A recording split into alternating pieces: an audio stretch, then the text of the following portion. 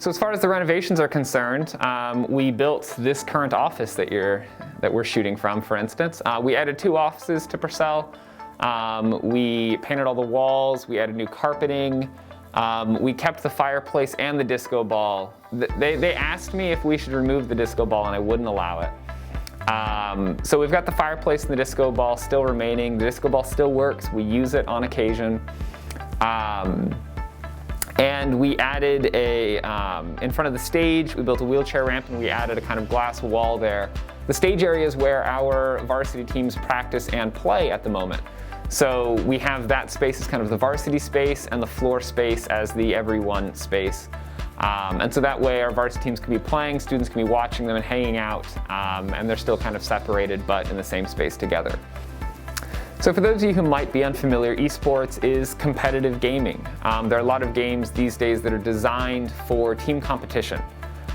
So these games involve the same sorts of things that you see in the background of a lot of traditional sports: teamwork, communication, leadership skills, problem solving, all that sort of thing.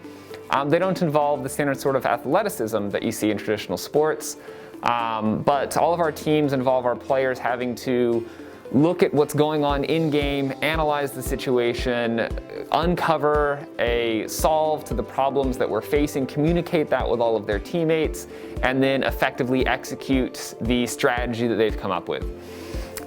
So in that sense, esports involves a lot of skills that we want our students to develop while they're here. We want them to gain good communication skills. We want them to gain critical thinking skills. We want them to gain leadership skills. And all of those are things that we can cultivate through our esports program.